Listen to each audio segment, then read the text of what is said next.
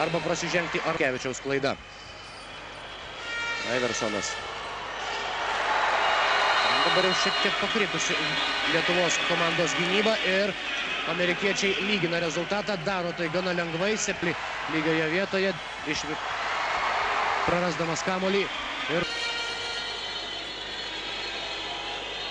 Carmelo Anthony. Ir Carmelo Anthony yra tas žaidėjas, kuris iš vidutinių. Tik pražanga buvo įrašyta Timui Duncanui, tai buvo antroji pražanga amerikiečių kapitonui. Jį išbaudavus, gyvenimas gerokai pagerėtų Lietuvos komandai. Carmelo Anthony iš toli, taiklus metas surinkę po 3 asmeninės pražangas. Saulius Štombergas, Darius Songaila ir Aurelijus Žukauskas. Ir Alanas Iversonas prie baudų metimo linijos. Šiandien iš 2 baudų pataikęs 1. Dabar įmeta pirmąją, 53-46. Iversonas. Perdavimas Iversonui.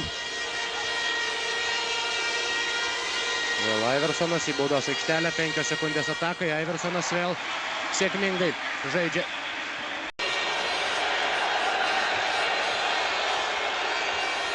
Koks sudėtingas metimas, pataiko Dvainas Vaidas. Marbury, Iversonas. Prieš Jasikevičių, Iversonas 5 sekundės atakai, meta Iversonas pataiko. Vėl 1 tašku priekyje JAV rinktinė. 76-75 iš 3 taškų zonos. Jasikevičius netaikliai, o dabar jau nėra kam kovoti dėl atšokusio kamuolio. Išskyrus Aurelijų Žukauską, kuris taip pat gali daryti tik tai vieną ranką arba vieną koją. Žaidžia turėdamas 4 asmeninės pražangas. Iversonas pataiko iš 3 taškų zonos ir skirtumas didėja amerikiečių naudai. Iškart minutės pertraukėlės prašo, matydamas, jog reikia tam tikros pauzės. Prieš Songailą Iversonas arčiau krepšio Duncanui. Duncanas meta ir pataiko sunkų metimą.